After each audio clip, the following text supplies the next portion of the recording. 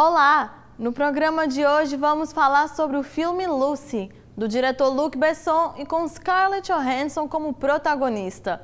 No filme, a jovem Lucy aceita transportar drogas em seu estômago, apesar de não conhecer os riscos que corre. O seu corpo absorve as substâncias e algo inesperado acontece. Ganha poderes sobre-humanos e passa a usar 100% da capacidade do seu cérebro. Assista agora trechos e um debate sobre o filme. Está entrando no ar uma vez mais o programa Cineclube Unifor. O Cineclube é uma atividade de extensão universitária, é um lugar para a gente conversar sobre cinema, sobre tudo que o cinema permite.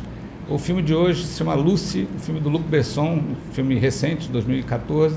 E para conversar com a gente sobre o filme está aqui o professor Tawili Chaucin, que é professor aqui de psicologia da Unifor e trabalha com o tema das neurociências. E esse é um filme muito interessante para a gente falar sobre esse assunto. Então, queria agradecer, Tawili, a sugestão, né? E deixar você bem à vontade para conversar sobre, né, o que você acha da Lucy. Bom, muito obrigado primeiramente pelo convite, né? Bem interessante, né? Esse filme ele traz a ideia da utilização do cérebro, né? Existe, na verdade, trabalha com o mito, né, de que nós usamos 10% do cérebro, e quais seriam as consequências de se utilizar a capacidade máxima, né, que é 100% do nosso cérebro. Queria já falar assim, que de antemão, estudos de neurociência, né, assim como na psicologia, como é algo assim, muito desconhecido, muito enigmático, porque a gente conhece muito pouco, sabe muito sobre o cérebro, só que assim, muito pouco sobre o que ele é capaz de fazer, né? E creio eu que essa ideia de que nós usamos 10% do cérebro advém da constatação que 10% das células do nosso cérebro são neurônios, né?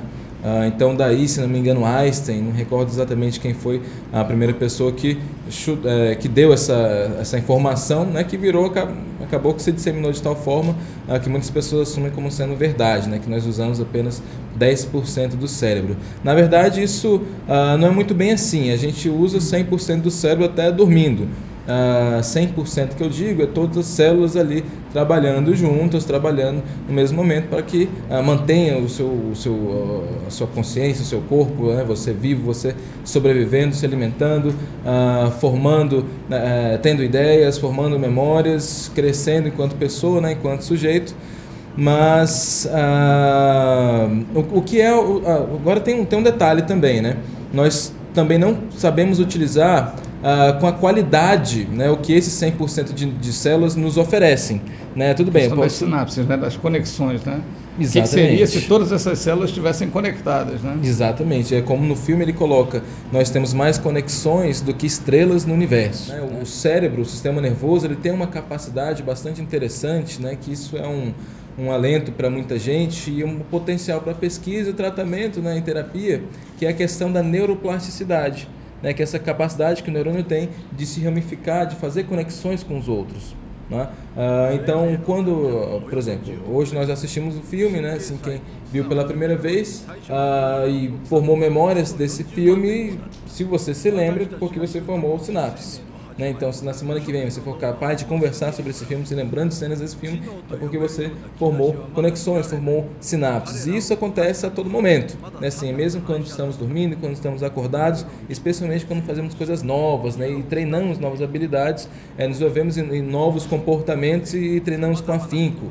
Quando você está aprendendo a dirigir, por exemplo, né? Você não tem o controle daquela movimentação inicialmente complexa, né, da marcha, aquela sequência de embreagem, acelerar, e depois você pega o domínio. Então isso está relacionado com essas novas conexões que são formadas entre os neurônios. Então qual é o potencial disso? Se você trabalhar todo esse potencial de fazer novas conexões, até onde o comportamento humano pode chegar. Essa ideia do carro é interessante porque aprender, na verdade, é parar de pensar, né? Quando você aprende a dirigir, quando você não precisa mais ficar pensando, passa a embreagem, tira o pé, né? Isso. Quando está internalizado, aí você pode usar o cérebro para outras coisas. Exatamente. Hoje, a gente mais jovem recebe muito mais informação do que quem estava estudando nessa mesma idade há 30 anos atrás. E também as pessoas têm tido uma memória mais curta, que é a da relativa. Tem a ver com esse número de conexões? Olha, em parte sim, né? Nós temos um volume muito grande de informações, né, a qual não só os jovens, né, mas as pessoas mais velhas também têm, né, acesso, né? Então a informação, esse volume grande de informação está disponível a todos, né? Então você pega uma pessoa com 60 anos, por exemplo, ele tem acesso ao computador, ele está lá coletando aquele mesmo volume ali de informações. Agora esse problema de memória, né, ele está relacionado com a falta de atenção, né? Eu achei interessante o que o protagonista, né? Tem a protagonista e tem o protagonista, que eu me esqueci o nome do ator. Morgan Freeman, né? Então ele fala cientista, né? O cientista, né? Da ciência. Que fala sobre do cérebro, como o cérebro funciona, né? Então ele coloca que nós hoje estamos mais preocupados com ter do que com ser.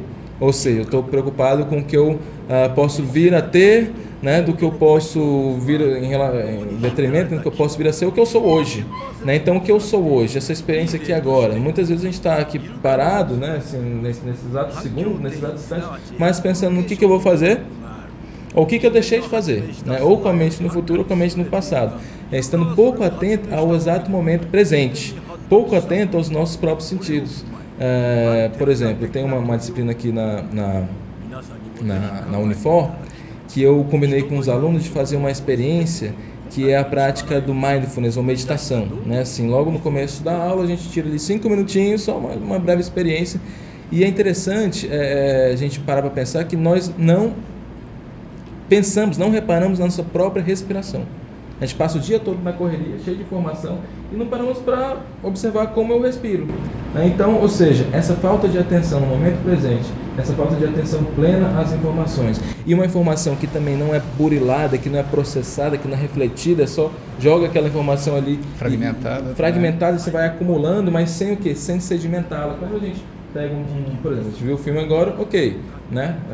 Tiveram pessoas que foram embora, perfeito. Agora, quem ficou e está refletindo sobre o filme, está discutindo as cenas, ou seja, trabalhando essa informação, vai ficar mais fácil de reter, né, aquelas informações. Então, é muita informação, mas sem reflexão.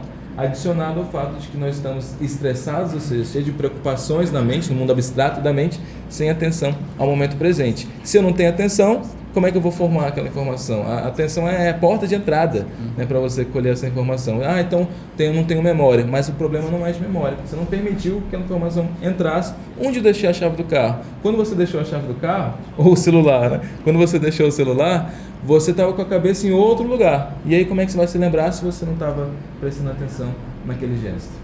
Acho interessante a gente pensar também como é que esse exemplo de geração passada, geração anterior, né?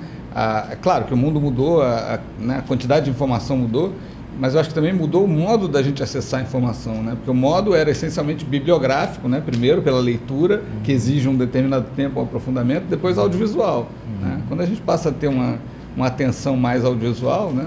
Da televisão e do cinema em diante para cá, a coisa muda, né? Então a forma de você adquirir conhecimento, adquirir informação também mudou, né? Então ela vem muito mais fragmentada, ela vem de vários lugares ao mesmo tempo.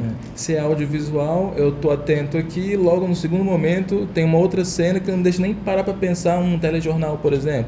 Joga aquela informação, ok. Aí em sequência, não sei, um exemplo, um fato político importante, em sequência a notícia do futebol. Né? Então a pessoa não tem nem tempo nem de digerir o que representa aquela informação. Quando você está lendo, não, né? Você está lendo aqui e começa a refletir sobre aquela ideia, depois pode retomar aquela mesma parte do livro que você acabou de ler, né? E prosseguir digerindo quase que literalmente, né? Aquela informação ali, facilitando essa compreensão baseada numa reflexão. Eu queria saber de qual a importância assim, desse filme para você, o que você mais assim, gostou, você fixou nessa cena do filme, o que você gostou? Olha, eu estudo neurociências e gosto de pensar sobre a questão da mente, da consciência, né, já há algum tempo. Não tenho tanta leitura assim, em profundidade para falar sobre isso, mas já li algumas coisas, mas creio que estou assim, anos-luz, né, do que eu poderia estar para poder discutir com mais propriedade nessas questões de relação entre mente e cérebro, que é um tema que me interessa muito. E tem uma disciplina, né, que me chamou muita atenção quando eu a conheci, né, já fiz algumas leituras sobre e discuto isso com alguns colegas e experimentos em filmes, enfim, alguns debates, que é a questão da física quântica, né? Física quântica é algo assim, enigmático, é difícil a gente afirmar alguma coisa, mas creio eu que os experimentos, as ideias geradas a partir da física quântica trazem, vamos dizer assim, novas hipóteses sobre como a mente, o cérebro, ou como a consciência, né, ela se dá a partir dessa massa de neurônios, né, de moléculas químicas, né. Me chamou a atenção no final, né, quando ela atingiu 100%, né, do cérebro, né, aquele desfecho ali do filme, que aí o cara pergunta, onde é que você está, né? Ela fala, estou em todo lugar, né?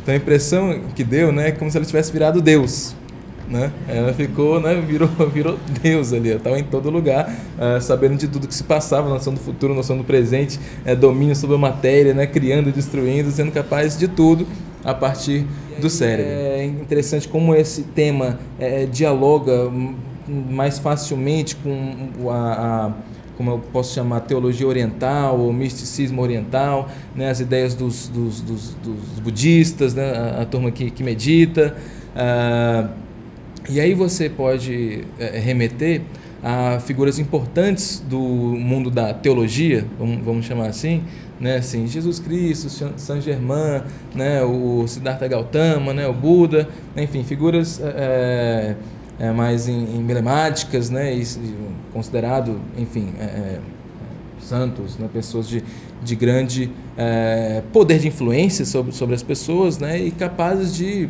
por exemplo, milagres, né, fazer coisas que os outros seres humanos normais não seriam capazes de fazer. Né, então, fala domínio sobre a matéria, domínio sobre si, domínio sobre o outro. Tem histórias de pessoas que têm uma longevidade, né, de 200 anos, 400 anos, né, na turma ali dos yogis, né, Hatha yogis.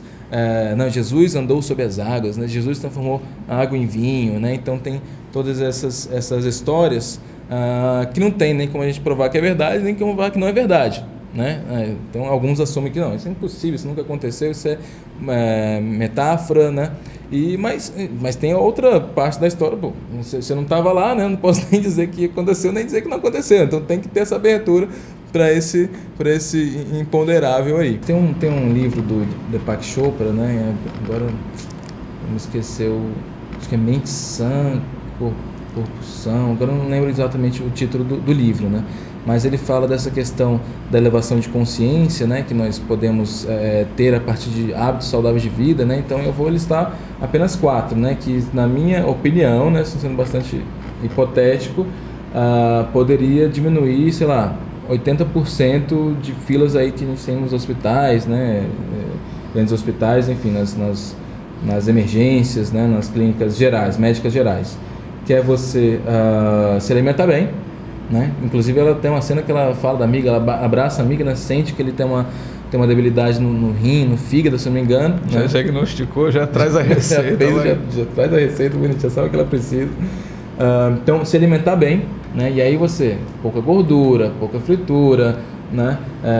Muita verdura, muito legume, né? Frutas, sucos integrais, enfim, a gente meio que intuitivamente até já sabe quais são os alimentos, né?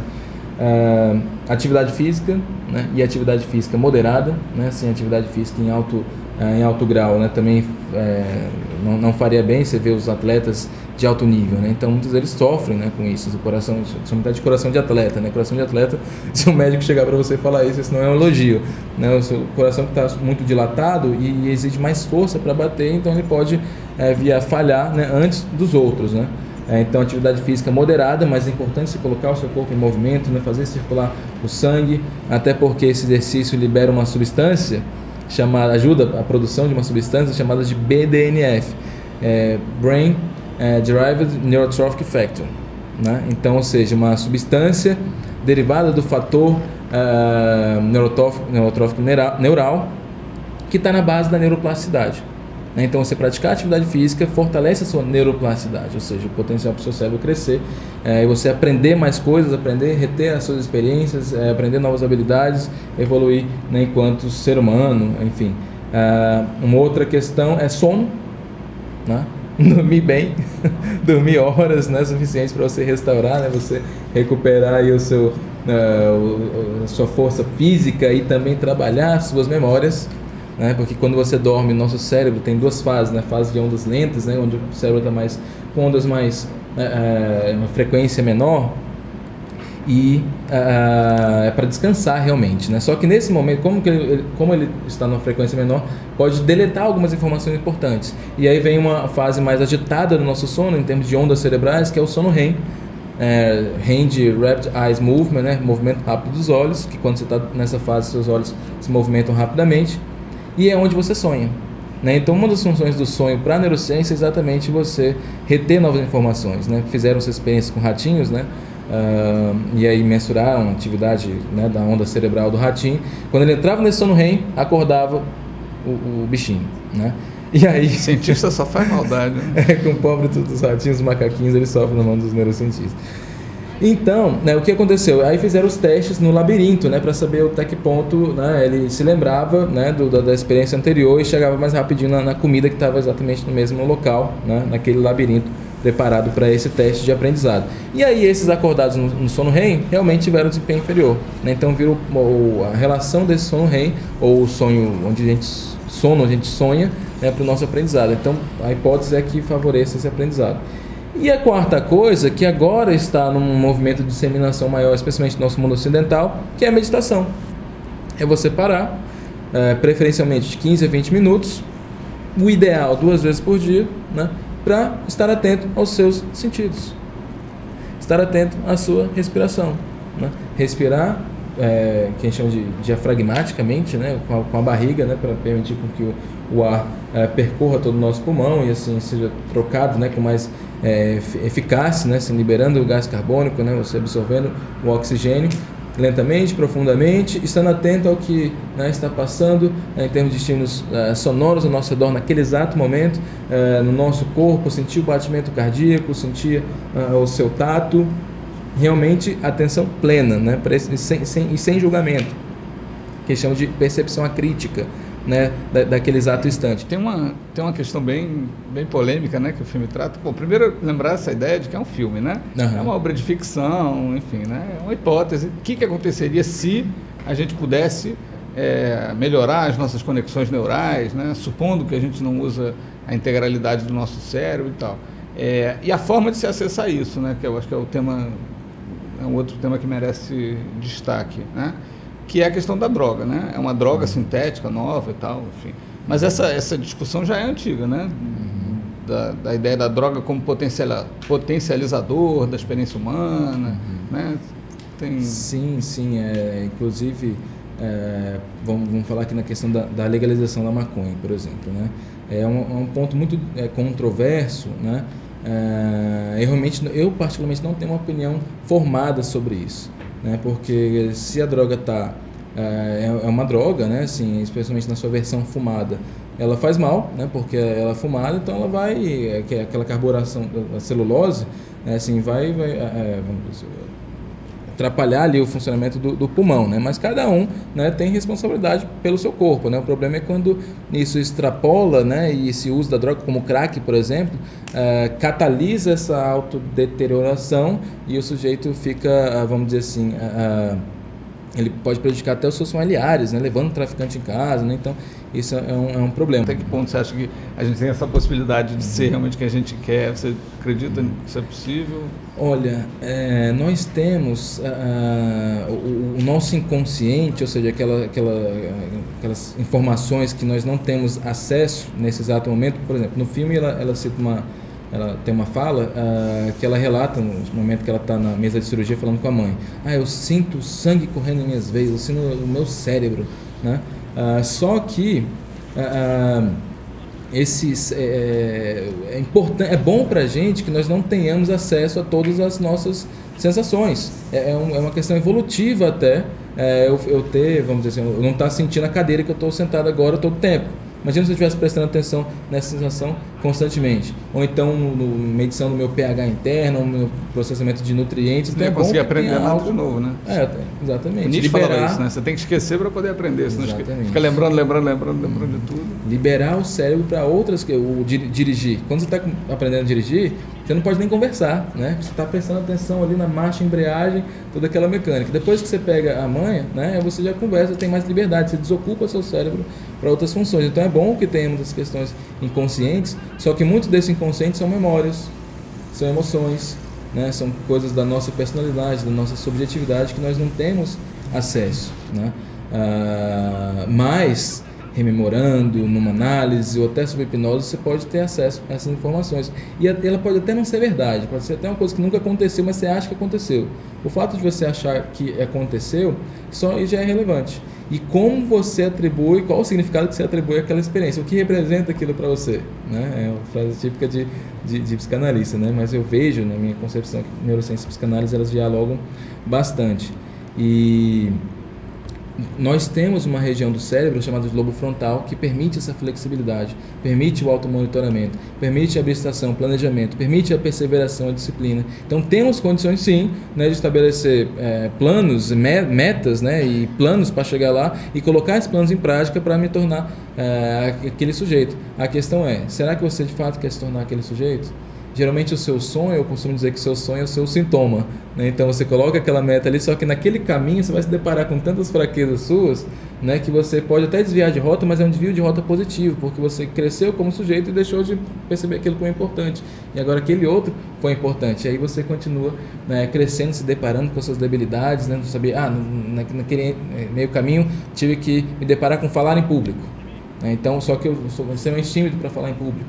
E aí tive que trabalhar essa debilidade. Depois que eu passei a falar em público, conheci uma outra realidade, né, que me foi mais atraente do que aquele sonho original. Porque quando ela alcança os 20%, que ela fala que ela sente tudo, mas ela fala sentir tudo com uma ampliação de todos os sentidos, como se os órgãos dos sentidos dela tivessem sido ampliados.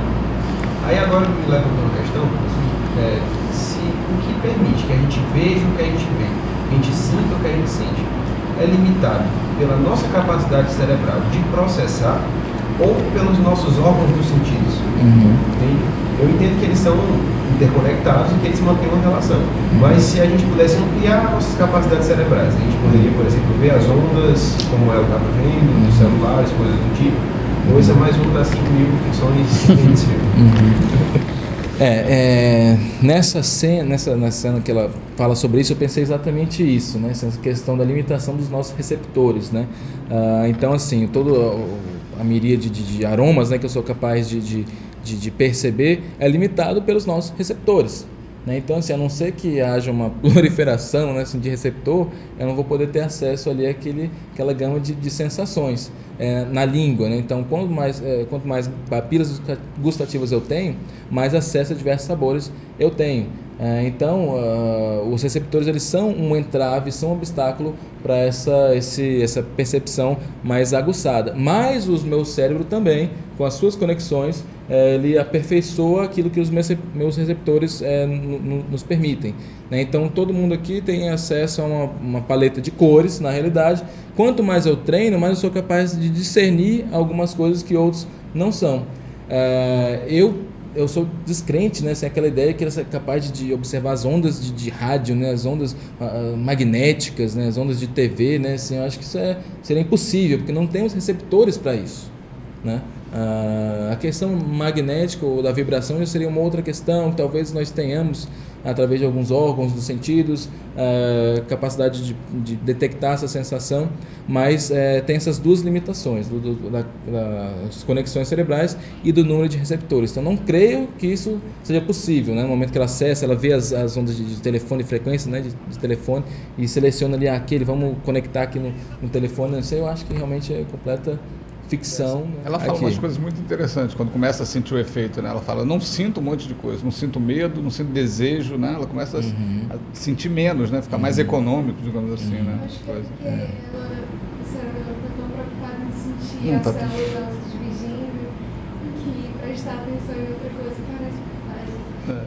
Eu acho que essa neutralização dos sentimentos mais, as emoções, né, mais animais, como o prazer, essa busca pelo prazer, ou o medo, né, essa invitação do medo, a raiva, essas emoções tão típicas da gente, e obviamente mais presentes, né, de forma positiva nos animais menos complexos, né, assim, nós teríamos uma liberdade disso, né, se não está buscando prazer, não está buscando, se não ter mais ousadia, né, ter plena ousadia, pelo contrário, né, para fazer tudo o que estamos dispostos a fazer. Então, esse destacamento do nosso lado animal, né, que está muito relacionado com a emoção nesse sentido, né, de sentir, de ter a vontade, a necessidade de experimentar essas coisas. Então, ser capaz de estar aqui parado meditando, né, e absorvendo nutrientes de maneira ampla, conectando com outras mentes, conversando, acumulando conhecimento, que eu acho que seria uma busca, né, o fim, acumular um máximo de conhecimento, ter acesso ao conhecimento da sua, né, da história através dos seus elétrons, consequentemente ter acesso ao futuro, não em termos de profecia determinista, mas do que pode acontecer se eu tomar essa decisão. Ok, eu posso ir para cá, posso ir para cá, e se eu for para cá, o que pode acontecer? Se eu for para cá, o que pode acontecer? Com base na minha história, com base, né, em quem eu sou, nas diversas possibilidades, essa amplitude de conhecimento. Então, queria só comentar uma coisa que eu acho que é muito interessante, que a gente não falou ainda, né? Que ela pede ajuda para o cientista, né? O que eu faço com isso? Né? Eu estou adquirindo muito conhecimento, o que eu faço com isso? E ele fala uma coisa muito bacana, né? Faz o que qualquer célula faz, compartilha, né? Passa adiante, né? Troca, expande. Troca, né? De informação. Bom, temos que terminar, infelizmente, conversa muito boa, papo, né, rendeu. Eu particularmente gosto muito de ficção científica, acho que essas viagens aí, né, por mais fictício que seja, serve muito para a gente pensar, né, a realidade, e legal ver que a neurociência está antenada aí com essas questões. Eu que agradeço, muito obrigado, espero que tenham gostado do momento. Muito bom, vamos marcar o próximo. Espero que tenham gostado do debate, e se quiserem participar do nosso programa, as gravações acontecem todas as quintas-feiras, na sala A da Videoteca da Unifor, a partir de 1h30 da tarde. A gente se encontra na próxima sessão. Até mais!